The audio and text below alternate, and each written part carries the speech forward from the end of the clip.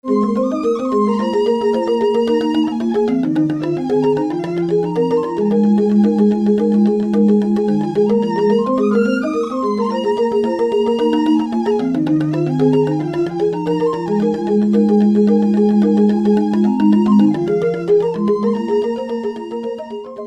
Swastiastu, Om Awiganama Sunama Sidam. Salam sehat, salam namo budaya, salam kebajikan, namaste, assalamualaikum. Apa kabar semua para sahabat di Gandemayu Channel? Apa kabar para pecinta batu akik mania, para pecinta bambu-bambu unik, kayu bertuah dan lain sebagainya? Kali ini saya dari Gandemayu Channel kembali berbagi, menjawab komentar yang sudah ada di video tentang fosil bambu.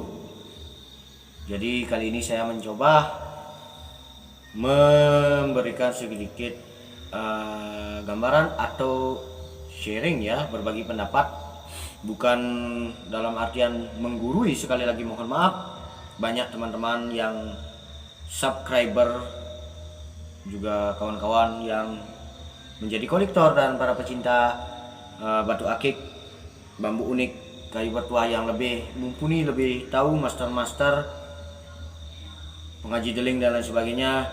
Mohon maaf, sekali lagi bukan maksud menggurui. Rahajeng Raine Tilam Deste Nyangre Raine Saraswati, sahabat semeton umat sedharma dumugi Swaha Rahayu Sami. Kali ini saya berdua mau berbagi dan sekaligus menjawab pertanyaan atau komentar dari sahabat kita, saudara kita yang sudah menulis komentar seperti yang saya taruh di depan layar ini. Akang beli abang atau semeton hampura kirang langkung titiang, mohon maaf kekurangan saya. Jadi sebenarnya saya sama seperti saudara-saudara semua, tidak begitu tahu tentang detail tentang batu akik dan segala fungsinya. Yang ada pertanyaan di bagian jari mana berfungsi apa. Jadi kembali itu ada konsep-konsep seperti lontar atau buku mungkin ya yang mengacu ke hal sana. Namun sekali lagi seperti di video-video yang sudah saya unggah, saya selalu sharing, intinya bukan menggurui. Dalam konsep yang berkembang adalah rasa ya. Jadi rasa, karena kita mencintai berarti kita merasakan gitu ya. Jadi seperti saya suka mengkolektor yang namanya batu akik, bambu unik, kayu bertuah dan lain sebagainya. Jadi saya merasakan. Jadi saya berbicara dari sudut rasa dan sudut pandang saya sendiri ya. Langsung saja dalam pembahasan ini saya akan mengungkap apa sih itu batu akik, tapak jale, dan warna-warna yang terkandung dalam bebed atau tapak jare atau yang menyilang seperti ini di batu akik. Ada pengaruhnya dan bagaimana konsepnya menurut sudut pandang rasa saya sendiri. Mohon maaf ya. Jadi yang pertama saya akan ungkap batu akik jale sutra motif apa namanya, tualen, atau kalau di Bali namanya tualen, kalau di Jawa namanya yang sabdo palon ya, yang semar ya, seperti itu ya. Jadi kalau motifnya itu batu tapak jale yang semar atau bersudut pandang daripada warna, itu warnanya seperti yang di belakang saya. Ada panduan warna. Kalau batu akiknya putih, tapak jarenya hitam, menurut saya, mohon maaf, itu bisa dibilang bebed tapak jale tualen atau Kalau tualen itu yang semar ya, seperti semar gitu ya. Kalau batu akiknya hitam, bobotnya putih, juga bisa dikategorikan seperti itu menurut sudut pandang saya. Nah, jadi mohon maaf sekali lagi ya, atau bisa dikategorikan melalui sudut-sudut daripada pengidar buana atau pance dewata. Jadi kalau putih bobotnya hitam bisa dibilang bebat Iswara. Kalau bobotnya tapak jalanya hitam, batu akiknya putih, bisa itu dikategorikan bebat atau tapak jala Wisnu. Itu ya. Jadi kembali warna-warna saya hubungkan dengan keyakinan saya di Bali yang namanya Panca Dewata atau Pancawarna dari segala arah gitu ya. Dari segala arah. Jadi biasanya kalau warna putih itu kita ada manifestasi dari Tuhan yang kita sebut namanya Sang Hyang Iswara. Kalau hitam biasanya kita sebut Sang Hyang Wisnu. Itu ya. Jadi semua warna-warna itu ada simbol-simbol daripada manifestasi dari Tuhan Ide Sang Hyang Widiwasa dalam konsep Hindu. Kalau tapak jaranya kuning, kita bisa sebut tapak jala Mahadewa. Kalau tapak jalanya itu di batu akik, misal batu akik putih itu tapak jalanya merah, itu menurut sudut pandang saya itu bisa dikategorikan tapak jala Brahma. Itu ya. Jadi kalau tapak jalanya itu sulit dicari. Tapak jalanya itu sulit dicari kalau berwarna, biasanya satu warna saja. Kalau warnanya banyak, mungkin tapak jalanya ada satu putih, kemudian kuning, merah, hitam gitu ya. Tapi warna dasarnya mungkin ungu ya, warna dasarnya ungu seperti kecubung kasian, itu bisa disebut dengan batu tapak jala Siwa. Ya, jadi begitu ya. Atau batu akik berumbun atau panca datu, panca warna dengan motif tapak jala yang berbeda dari 5 warna itu, merah, putih, kuning, hitam. Jadi ada manca warnanya di dalam, kemudian tapak jalanya bisa warnanya beda ya, mungkin agak orange begitu ya, bisa itu dibilang batu berumbun tapak jala. Jadi itu dari sudut saya. Semoga sahabat saya yang sudah menaruh pertanyaan di komentar bisa sedikit lega, kurang lebihnya mohon maaf. Semoga ada kawan-kawan sahabat-sahabat yang lebih mumpuni di bidang itu dari sudut pandang lain berdasarkan buku atau lontar-lontar atau peninggalan-peninggalan leluhur kita zaman dahulu, atau menurut mitiologi atau ilmu perbintangan. Mungkin yang tahu silahkan tulis di kolom komentar. Sekali lagi, kalau menurut ilmu meteorologi apa namanya itu ya, maaf, jadi astronomi, astronomi, jadi itu bukan bidang saya. Jadi saya selalu berbagi dari sudut rasa, pengalaman, dan studi banding juga sumber-sumber yang ada. Semoga ini bisa menjadi sebuah gambaran kecil buat sahabat saya, kakak saya, saudara saya, abang saya, beli yang sudah. Terima kasih sudah hadir, support, dan menaruh pertanyaan di komentar di video saya. Semoga ini bisa sedikit menjadi studi banding, bukan menggurui ya. Jadi begitu konsep saya selalu. Tapi pada dasarnya, apakah batu-batu akik itu mempunyai kekuatan yang luar biasa dalam membantu setiap permasalahan yang kita hadapi? Saya jawab, sebenarnya tidak semua mutlak. Itu kembali ke keyakinan kita. Batu akik itu adalah sebuah nilai seni yang bisa membantu menghidupkan spirit, semangat kita, sehingga sugesti kekuatan dalam cakra tubuh kita hidup, akhirnya batu yang warnanya cocok dengan hari kelahiran kita. Ingat, hari kelahiran kita juga mempengaruhi batu warna apa yang cocok, karena di dalam tubuh kita sudah ada warna, seperti warna cakra-cakra dalam ajaran Weda, ajaran yoga udah ada dalam tubuh kita. Jadi ketika kita mempunyai karakter terkait dengan hari kelahiran kita, terkadang ada batu akik yang tidak cocok untuk kita bawa gitu ya. Jadi situ sangat mempengaruhi juga.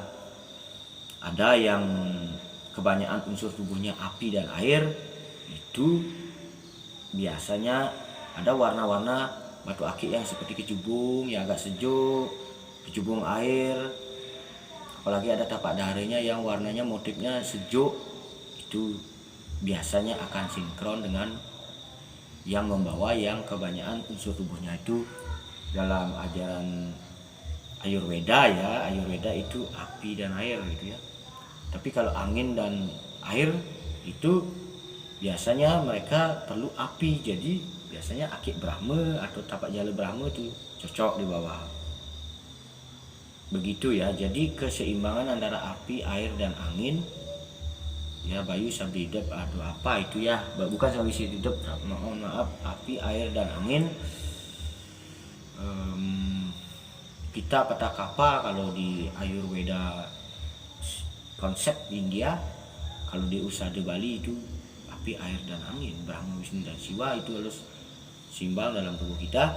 Ketika kita kebanyakan unsur api, jadi kita perlu menyeimbangkannya dengan batu akik yang motifnya air yang sejuk, angin sudah ada di sekitar kita. Ketika kita kebanyakan air, jadi seimbangkan dengan batu yang berbentuk agak berkonsep, berfilosofi keras atau mengandung unsur kekuatan api seperti badar, seperti akik Brahma dan lain sebagainya. Itu menurut konsep pandangan saya sendiri. Jadi kalau melalui lontar atau melalui ilmu astrologi atau perbintangan, mohon maaf sekali lagi saya bukan bidang di sana. Semoga ada teman-teman yang di bidang sana berbagi di video saya ini. Kemudian sekaligus saya menjawab juga di komentar pertanyaan yang kedua, apakah ada pengaruh jemari atau naruh batu akik atau cincin ya. Jadi biasanya kalau telunjuk ini berarti kan ego ya. Ketika kita menjadi aku, menjadi sombong, biasanya akan menjadi ini ya. Jadi ini simbol aku, kalau ini simbol materi ataukah kasih sayang yang menurut saya. Apa ada pengaruh itu? Itu ada ilmu-ilmu tertentu yang mempelajari tentang jemari ya. Jadi saya sekali lagi bukan bidangnya di sana, namun saya selalu mengungkap dalam sudut pandang saya melalui rasa dan juga dihubungkan dengan logika dan sumber-sumber yang ada yang saya tahu. Kurang lebihnya saya mohon maaf. Tapi kalau di jari kiri ditaruh di sini seperti alih-alih saya, kenapa saya taruh di sini? Itu ya. Jadi kenapa saya nggak taruh di sini? Ya kebetulan saya senang aja. Banyak teman yang senang naruhnya di sini. Selain sebagai koleksi hobi juga indah dipandang, memberikan rasa percaya diri, dan artinya hobi dan kolektor taruh di sini indah dipandang. Apakah ada unsur-unsur lain? Nanti kita bahas lagi ya, kita pelajari, mohon maaf ini. Tapi kalau menurut saya, kenapa fosil kelor ataukah saya taruh di kiri atau apa, itu ada pertanyaan ya. Kalau fosil kelor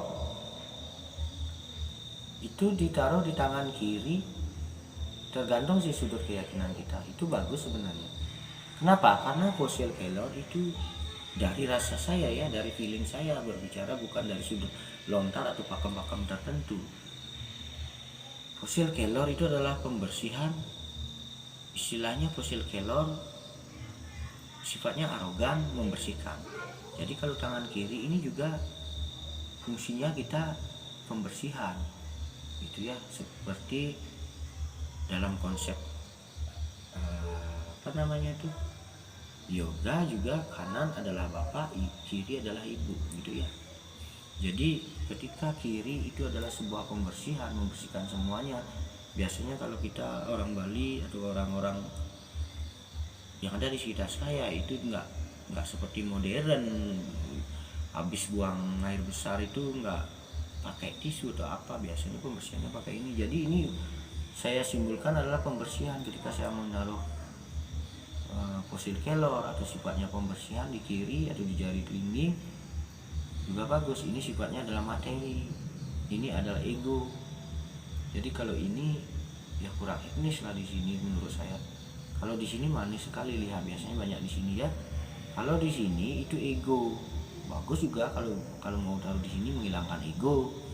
Kalau di sini materi, kasih artinya lebih ke mendominan ke materi ataukah manis lah dilihat itu ya. Pada intinya kalau kita taruh di tangan kiri ini, ada yang bilang ini bahwa ini berarti ini simbol orang tua di sini, kenapa harus ditaruh di sini gitu ya. Jadi kalau saya enggak sih, tergantung sugesti pikiran saya. Kalau di sini indah ditaruh, kenapa enggak gitu ya. Jadi kalau di kiri saya dicari junjuk, ini adalah simbolnya materi. Jadi sugesti pikiran saya kenapa, artinya biar saya enggak mabuk dengan materi, biar saya enggak terlalu mengejar materi, dan biar saya juga enggak terlalu dibutakan oleh materi. Kemudian biar rezeki datang dari segala arah dengan taruh di sini, pembersihan semuanya. Itu kalau di kanan juga sama ya. Jadi begitu kira-kira. Saya belum dapat sumber-sumber yang pasti tentang hal itu dari lontar-lontar atau makam-makam tertentu yang mengutip tentang jemari taruh cincin di mana. Tetapi kalau konsep saya itu selalu berpikir seperti kalau kita nyaman, kalau kita hati kita nyaman, kalau kita senang naruhnya di kiri atau di sini, apakah itu salah kan gitu ya. Namun kita juga nggak harus sembarangan gitu ya. Sudah pakai cincin yang anggap kita bertuah, kemudian kita pakai cebokan kan enggak, kita lepas dan lain sebagainya. Itu secara logika. Namun hanya sebagai penghias jemari aja ya bagus kebanyakan di sini ya. Kalau di sini sih agak kayak apa itu ya, kurang. Namun di sini bagus juga. Semua unsur-unsur ini ada menurut komentar mungkin ya orang-orang yang belajar spiritual tentang jari atau pakam-pakam ilmu astrologi dan lain sebagainya, arah yang menentukan. Saya juga kurang paham dalam hal itu. Jadi lebih baik saya jujur nggak mengupas tentang itu, karena saya memang bukan bidangnya di sana. Yang saya bilang dan saya sharing bersama teman-teman adalah sebuah rasa keyakinan dan pengalaman. Jadi itu melalui aktivitas saya suka memijat, saya suka yoga, dan saya suka membolang ke alam. Jadi saya konsepnya selalu berpedoman pada rasa kepada beliau. Semoga ini tidak salah, mohon maaf kepada beliau, Tuhan Yang Maha Esa. Semoga apa yang saya bilang, saya jelaskan bermanfaat buat banyak orang, mengedukasi banyak orang, seperti video yang sudah saya share. Jadi bukan saya mengajak banyak orang untuk mendewakan benda, bukan. Sekali lagi, benda itu yang tidak bergerak itu adalah ciptaan daripada beliau. Banyak orang yang punya hobi pecinta, namanya ya, pecinta di berbagai benda-benda pusaka, atau pecinta olahraga dan lain sebagainya, pecinta juga namanya. Kalau kita sudah mencintai seseorang, kalau kita sudah menjadi pecinta, berarti kita harus menelusuri dan mempelajari cara mengenalinya, begitu kira-kira.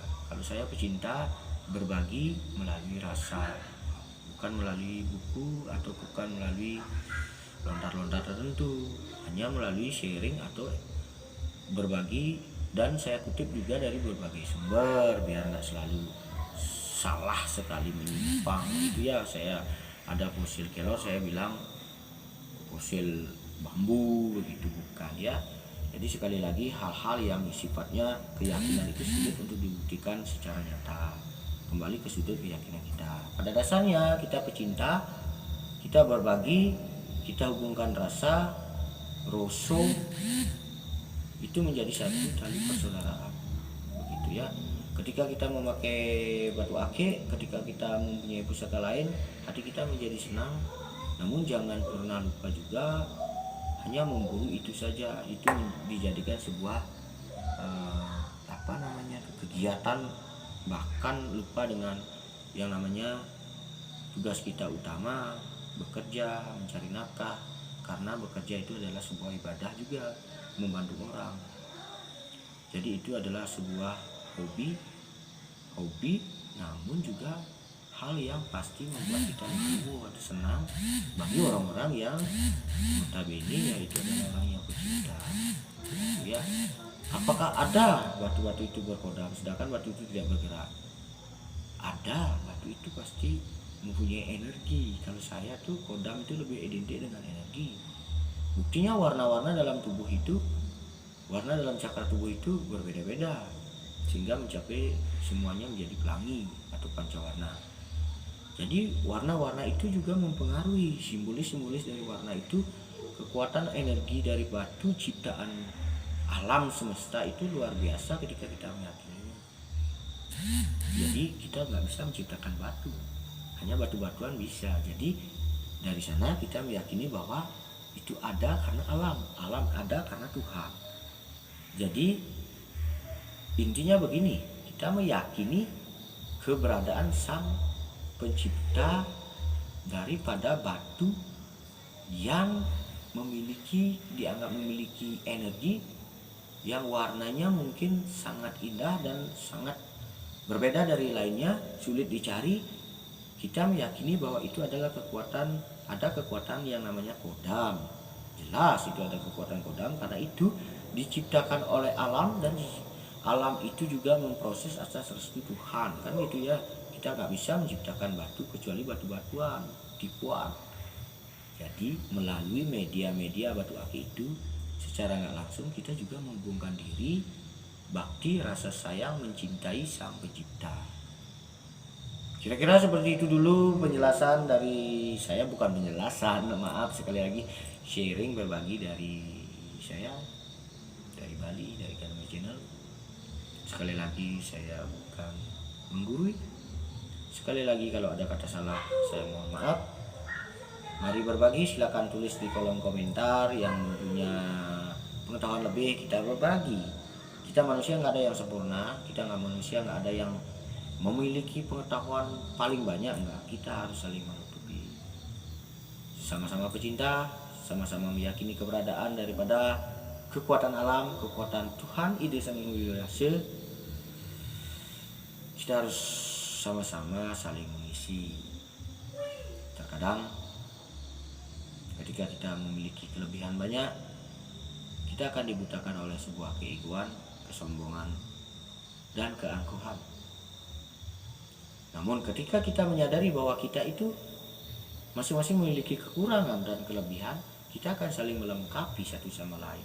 Itulah indahnya kehidupan. Ketika kita memiliki ilmu yang mungkin lebih, kita akan merasa terkadang bangga dan ego, aku adalah segalanya, saya punya yang lebih. Ketika pikiran kita ke sana, berarti kita akan menjadi sombong. Jadi ketika kita menyadari setiap manusia punya kekurangan, setiap manusia punya kelebihan, maka kita mencari kelebihan orang itu, kita bawa baiknya pulang, kita tutupi kekurangan kita, kita kasih kelebihan kita kepada orang lain yang memiliki kekurangan, maka dilengkaplah dalam hidup ini. Bahagia kita banyak punya saudara, seperti batu ake ada di jari kiri, ada di jari kanan. Kita cakupkan tangan, ini simbol bapak, ini simbol ibu, ini simbol yin and yang, ini simbol so and ham, ang ah menjadi satu. Tarik nafas, kita buang nafas pelan, maka di sini tempatnya siwa, di sini tempatnya lotus, di dada tempatnya sejatinya kita. Maka kita akan maka kita akan selalu tersenyum dan merasa rendah diri dan merasa kurang. Kita akan mencari semuanya di luar teman-teman yang punya kelebihan kita cari, kita isi dari kelebihan teman itu, kita bawa pulang. Kita punya kelebihan, kita kasih kepada teman yang memiliki kekurangan, maka di sanalah indahnya hidup ini. Sekian, terima kasih. Semoga ini bisa menjadi sebuah edukasi, sharing, berbagi yang indah. Salam sehat, salam namo budaya. Assalamualaikum. Salam sedulurku, sahabatku, sekabeh seantero. Salam serumpun, salam Sibolang Nusantara. Salam Swaha Rahayu. Sehat selalu Om Lokah Semesta Supin Buantu. Semoga semua makhluk di dunia ini berbahagia. Semoga kawan-kawan semua berbahagia, dijauhkan dari segala mara bahaya, dijauhkan dari orang-orang jahat, didekatkan dengan orang-orang baik, yang jahat dibaikan, yang baik tetap dibaikan. Semoga kita selalu berbahagia, dan yang paling penting dalam jalani hidup ini, semoga dibukakan pintu rezeki dari segala arah. Swaha, swaha, swaha. Amin. Om Santi, Santi, Santi. Terima kasih.